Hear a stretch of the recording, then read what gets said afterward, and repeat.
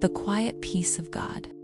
Mira pulled her cardigan tighter around her shoulders as she stood by the kitchen window, watching the rain streak down the glass. The warmth of the house should have comforted her, but instead, it felt cold, distant. She had been married, Ethan, for 3 years, and though she loved him deeply, living with his parents had been an unspoken challenge. Her mother-in-law, Margaret, was polite but distant, always correcting Mira on how things should be done, from how the dinner table was set to how the laundry was folded. Her father-in-law, Richard, rarely acknowledged her, retreating behind his newspaper most evenings. Mira longed for acceptance, for warmth, but all she received was a silent wall between them. One evening at dinner, Margaret pushed her fork against her plate, frowning at the casserole Mira had made. "This is a bit different from how I usually make it," she said, not unkindly, but with an unmistakable air of disapproval. Mira forced a small smile. "I tried a new recipe," she said softly, but inside, she felt like a stranger in her own home. That night, she curled up on the couch after Ethan had gone to bed, whispering a quiet prayer. "Lord, I've tried everything to make this house feel like home, but I still feel like an outsider. Help me." A soft peace settled over her like a gentle whisper. Love is patient. Keep your heart open. The next morning, she woke to the sound of deep, racking coughs coming from Margaret and Richard's bedroom.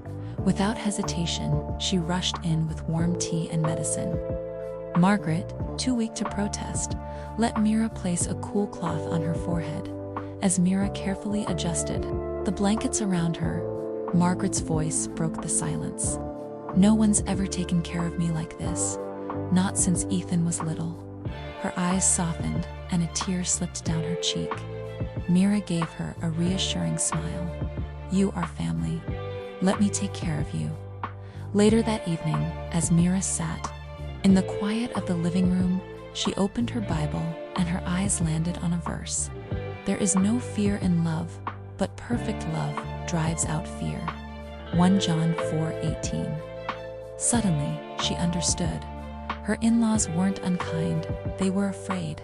Afraid of being forgotten, afraid of losing their son, afraid of growing old and unwanted. The battle had never been between them, it had always been between love and fear. From that day forward, Mira chose love. She started small, baking Richard's favorite blueberry muffins, sitting with Margaret and listening to stories of Ethan's childhood, praying for them each night. Slowly, the walls began to crumble. One evening, as they sat together after dinner, Richard set down his coffee cup and cleared his throat. "Mira, I want you to know that we appreciate you. We were afraid that as Ethan built his new life, we'd be left behind, but you've shown us love, not distance." Tears welled in Mira's eyes. She had spent so long waiting for their acceptance, but in truth, they had been waiting for reassurance, too.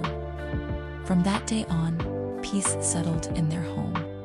Not the absence of disagreements, but the presence of God's quiet assurance. Love had won, and fear had no place where faith resided. God's presence is the gentle peace that quiets our fears.